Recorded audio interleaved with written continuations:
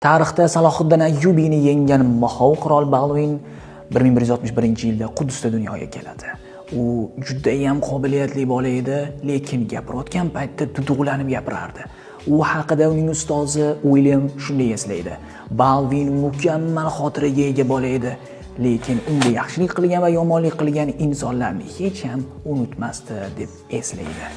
Balvin 13 yoshida otasini o'rniga taxtga o'tiradi va ana shu paytda 13 yoshida oxirgi marta uning sog'lom yuzini ko'rishgan. Undan keyin esa yuzidan qonlar oqishni boshlaydi va 15 yoshga kelganda Balvin zombi holatga kelib qoladi.